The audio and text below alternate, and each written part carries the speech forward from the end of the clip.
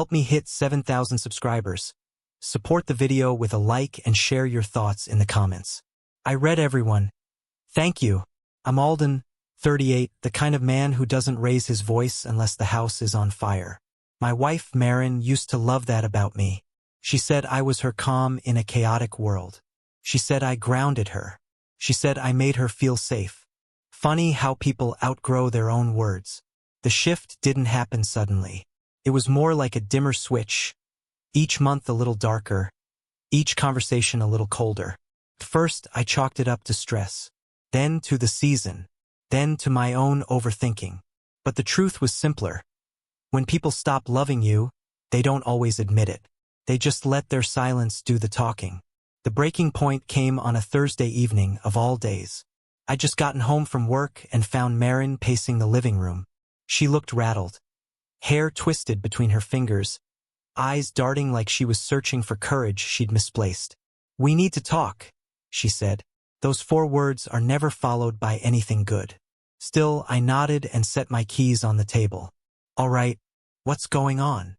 She swallowed hard. "Callum messaged me." Callum, her ex. The man she'd sworn was ancient history. A dusty chapter closed long before I ever touched the book. I didn't reply immediately. I just waited. Marin hated silence. It always made her reveal more than she meant to.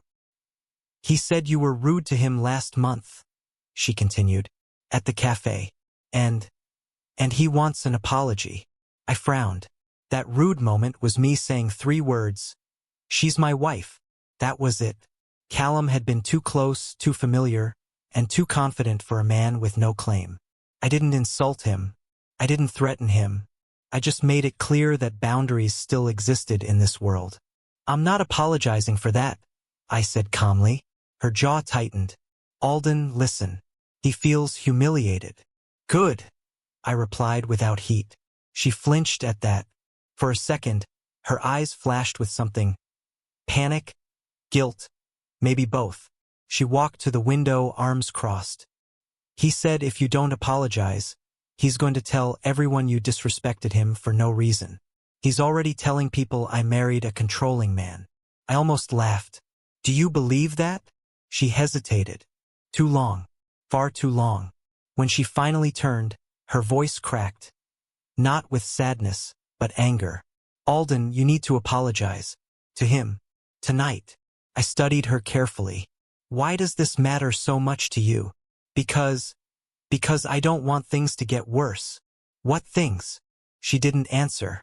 Instead, she stepped closer, fire in her voice now. "Alden, apologize to him or I'm leaving you." There it was. Not a request. Not a plea. A threat. And threats have a way of clarifying everything. I looked at her, really looked. The woman who once said she'd never let anyone come between us was now standing here, demanding I bow to her ex, over a conversation she didn't even witness. A conversation she'd taken his version of without asking for mine. But the part that struck me the hardest wasn't her loyalty to him. It was her disloyalty to herself. This wasn't love. This wasn't partnership. This was someone searching for an excuse to run where she already wanted to go. I felt something in me settle. Not anger. Not jealousy. Clarity. So I smiled. Not a mocking smile. Just the kind that comes when a puzzle finally clicks together. "All right," I said quietly. "If that's how you feel, don't forget to sign the papers." Her face drained of color instantly. "What papers?" she whispered. I didn't answer right away. I walked past her, slow and steady, and picked up the envelope sitting on the hallway table. The one I'd prepared days ago when her late-night texts, secretive giggles, and sudden need for privacy had painted a picture even she didn't realize she'd already framed. When I turned around, she looked like she was trying to breathe through fog. "Alden," she said, voice cracking. "What papers are you talking about?" I held the envelope loosely at my side but didn't hand it over yet. Part of me wanted her to fill in the blanks herself, to realize that actions have consequences long before the paperwork arrives. "You were planning to leave anyway," I said. "I'm just not going to wait for you to find the courage." Her lips parted, but no sound came out. For the first time in months, she couldn't hide behind anger or blame. She had to face herself. And the truth scared her more than the envelope ever could. Marin stared at the envelope like it was a live wire. Something dangerous she didn't know how to touch. Her fingers trembled, though she kept them clenched at her sides. I'd seen her angry.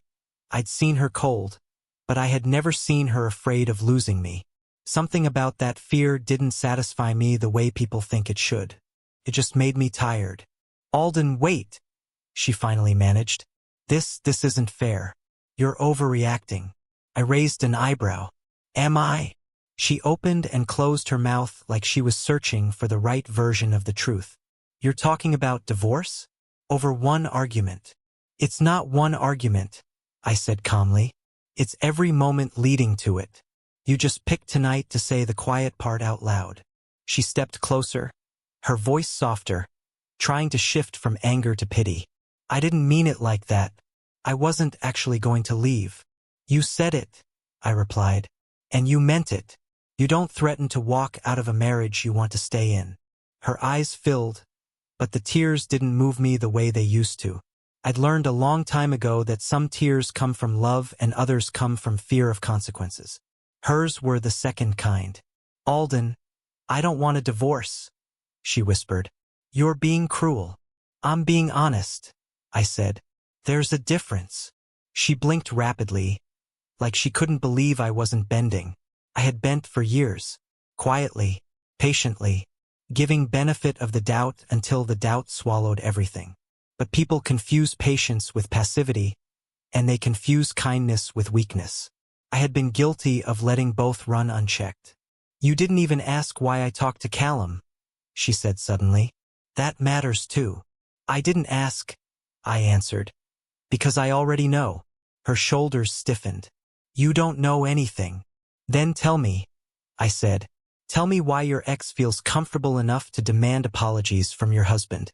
Tell me why he knows details about our marriage that only you should know. Tell me why you defend his feelings more than mine." Silence. Heavy, suffocating silence. She wrapped her arms around herself, looking smaller than I'd ever seen her. "He was going through a hard time," she whispered. "I just listened." "You listened," I repeated. "Or confided?" Her face crumpled. "It wasn't like that. But we both knew it was. Emotional intimacy lands before physical. It's the quiet shift that destroys things long before anyone says the word affair." She didn't cheat with her body, but she let another man hold the parts of her heart that weren't mine to give away.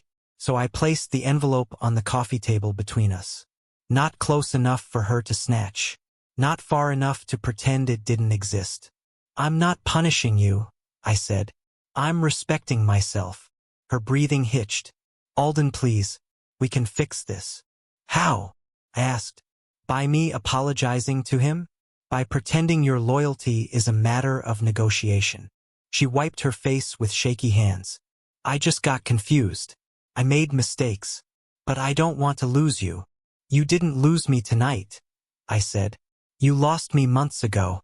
Tonight you just noticed." Her knees buckled slightly, and she leaned against the chair like she needed it to stay upright. For a moment, I saw the woman I married. The one who looked at me with warmth, not calculation. Or maybe I just wanted to see her. It didn't matter now. "Alden," she whispered, a crack in her voice. "I don't want a divorce. I want us to try again." I nodded slowly. "Then show me, not him." She looked up sharply. "You want to repair this?" I continued. "Then tell Callum you're done. Tell him to stop contacting you. Block him. And tell him the truth. That your marriage is your priority, not his ego." Her face twisted. Not with sadness. With hesitation. And that was the answer. "You can't do it," I said softly. "You won't cut him off." She said nothing, and in that nothingness, everything became clear. "Marin," I said, "people don't hesitate to save what they want to keep." She broke then, hands over her face, shoulders shaking. Not because she wanted me, but because she finally realized I was willing to walk away first. I picked up my jacket from the back of the sofa. "I'm going to stay at Lila's tonight." Her head shot up. "Your sister's?" she asked, like she was searching for hidden meaning. Yes, somewhere quiet, somewhere honest. She took a step toward me, but stopped halfway, as if crossing that distance would crumble whatever pride she still had left. "Will you come back?" she asked softly. I thought about it, about us, about years of giving, waiting, understanding, over-explaining, hoping she'd remember who we used to be. "I'll come back," I said, "but not to the marriage we had, only to one built on truth." "And if I can't give you that?" she whispered. I opened the door, letting the cool night air cut through the heaviness. "Then sign the papers," I said quietly, "and we'll both stop pretending we're still the people we promised to be." Her sob echoed behind me, soft and cracked, but I didn't turn around. Some endings aren't loud. They're just clear.